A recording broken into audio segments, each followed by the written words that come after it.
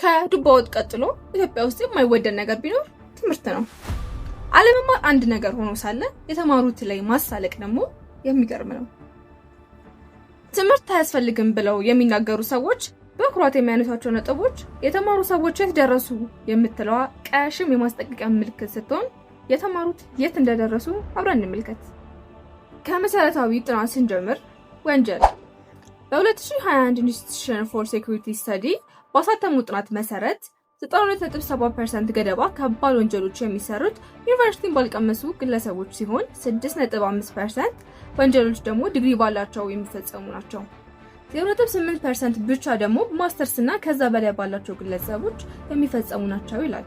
ይህ ጥናት ኢትዮጵያ ውስጥም የሚሰራ መሆኑን ለማወቅ ስልክ ለመስረቅ ብሎ አንገት በጩቤ የሚወጉትና ወጡ ላይ ጫዋ በዛሽ ብለው ሚስታቸውን በዘነዘና ከሚገራግሉ ሰዎች ጀምሮ መመልከት በቂ ነው።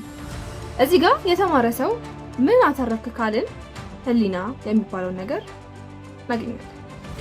ሁለተኛ ገንዘብ። ሌላኛው የተማሩ ልጆች ላይ የመዘባበቻ ነጥብ ስራና ገንዘብ በማጣታቸው ጉዳይ ላይ ነው።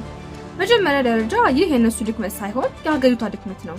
እነሱን ትተን ወደ ንግድ እንኳን ብንመለስ ንግድ ላይ የተማረና ያልተማረ ሰው ቢሳተፍ የተማረው የተሻለ ሰክሰስፉል የመሆን እድል እንዳለው የሚያሳዩ ብዙ ዳታዎች አሉ። ለምሳሌ ዓለማችን ላይ ካሉ ቢሊዮነሮች መካከል 70% ከዩኒቨርሲቲ ዲግሪ እስከ PhD የጨረሱ ጎበዝ ተማሪዎች ናቸው። ቢል ጌትስ ወይም ዙከርበርግ አይነት በጣም ጥቂት ባለሀብቶች በእርግጥ የኮሌጅ ትምህርታቸውን አቁመዋል። ነገር ግን እነዚህ ግለሰቦች ትምህርት ያቋረጡት ከሃርቫርድ እና እሱን ከመሳሰሉ ኮሌጆች እንጂ እንዳንተ ማትሪክ ወድቀው አይደለም።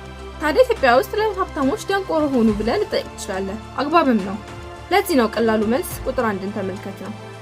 የኛ ሀገር ሀብታም በአበዛኙ ደፋሪ፣ ወንበዴ፣ አጭቤ፣ አምታች ነው። ይህ ወንብድናን ደግፎ እንዲሰራ የሚያደርገው ደግሞ አለመማሩ ነው። ኢትዮጵያ ውስጥ ለምን ጄኔሬሽናል ወዝ እንዳለ ታውቃለህ? አባትህ ሀብታም ሲሆን ልጆቹን ጥሩ ቦታ ያስተምራል። ከዛ አባታቸውን ወንበዴ ቢዝነስ ማስቀጠል ከብዳቸዋል። አለቀ። የተማረ ሰው ቁጥር ማነስ ከፖለቲካ ስቴቢሊቲ፣ ከፖቨርቲ አሊቬሽን፣ ከኢኖቬሽን እና ከኢንተርፕረነርሺፕ እና እጅግ ብዙ አሁን ላለንበት አዘቅ ምክንያቶች ጋር በብዙ ጥናቶች አስደግፎ ማስረዳት ይቻላል።